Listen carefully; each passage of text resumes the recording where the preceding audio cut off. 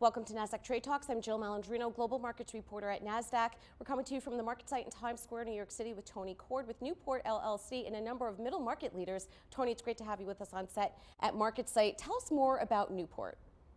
Jill, Newport is a boutique advisory firm. We help companies that are scaling, growing, enhancing their performance, and getting ready to raise capital or exit their businesses. All right, and we are going to be meeting with a number of the CEOs from the middle market leaders. Tell us what exactly a middle market leader is. Yeah, we're going to meet some great people today. Middle market leaders are the innovators, the people who are responsible for much of the jobs growth in the United States.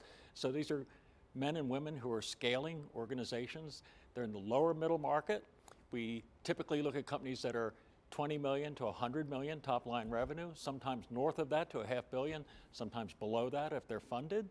But the middle market is really where the action is. For us, again, the innovation, the jobs creation, middle market, US is where all the action is. So we focus on that. Are you focused across all sectors, or are you seeing more activity in one sector versus the other? Yeah, so all sectors. And the economy is just very diverse now.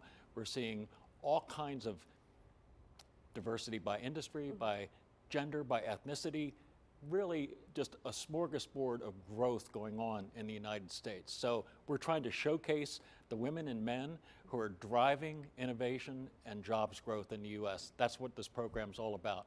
Yeah, it sounds really exciting, and when you think about new companies coming to market and even public companies, ESG is a big part of that conversation. Are you also advising them on governance and how to properly form your board and keep that diversity going from the start of the company to public?